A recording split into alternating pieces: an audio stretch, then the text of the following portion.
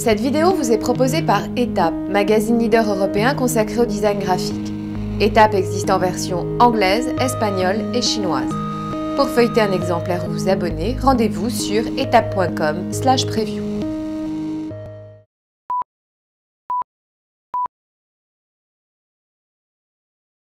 Il y a eu le premier projet qui était les planches, le deuxième ça a été que Loubapo, donc c'est l'ourvoir de la bande dessinée potentielle, qui a été un groupe de dessinateurs, ils sont 6 en tout cas là pour ce projet à avoir travaillé sur la partie oubapienne.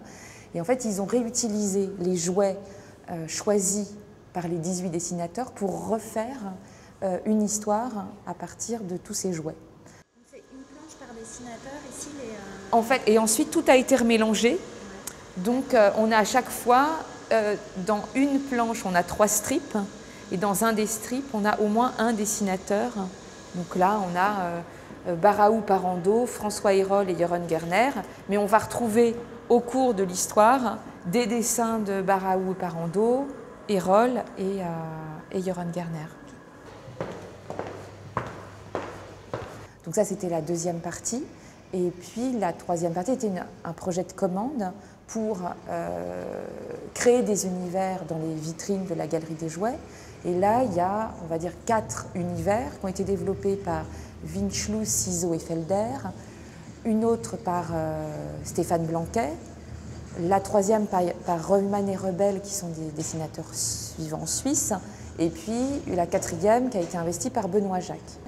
Benoît Jacques, lui, il a choisi après de travailler sur le thème du jouet volant, puisque lui, enfant, rêvait de voler, et donc il a trouvé intéressant de travailler sur ce thème-là. Donc en fait, il a choisi au sein de la collection, enfin je lui ai fait une sélection de jouets par rapport à sa thématique, et ensuite il a créé sa vitrine avec des vaisseaux volants, des parachutistes, des anges, et ensuite il a habité en fait son installation par des jouets de la collection. Reumann et Rebel, ils ont eux investi, si on peut la voir d'ailleurs. Donc il y a des peluches suspendues qui représentent une sorte de tracteur très abstrait. Et ils ont choisi ensemble de faire une sorte de défilé de jouets, de plastique essentiellement, pour animer leur univers. Donc ils deviennent une sorte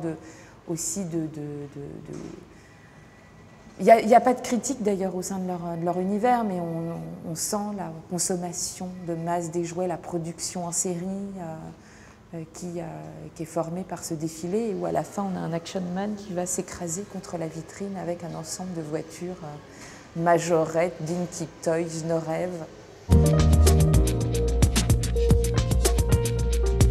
Il y a la chambre ferraille, qui elle aussi avait déjà été créée et présentée dans d'autres lieux comme à Angoulême ou en Suisse. Et donc ils ont recréé une chambre d'enfants avec des figures de Monsieur Ferraille. Donc on a aussi bien des posters que des produits dérivés.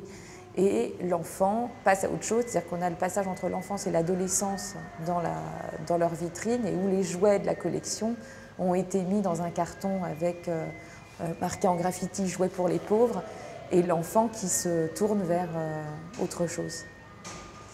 Et puis il y a Blanquet qui lui a composé aussi totalement la vitrine par rapport aux jouets, et où il a sélectionné des poupées de la fin du 19e et des poupées contemporaines avec des masques des années 40 pour construire un univers assez étrange de nimbes qui sortirait comme ça d'un monde assez souterrain.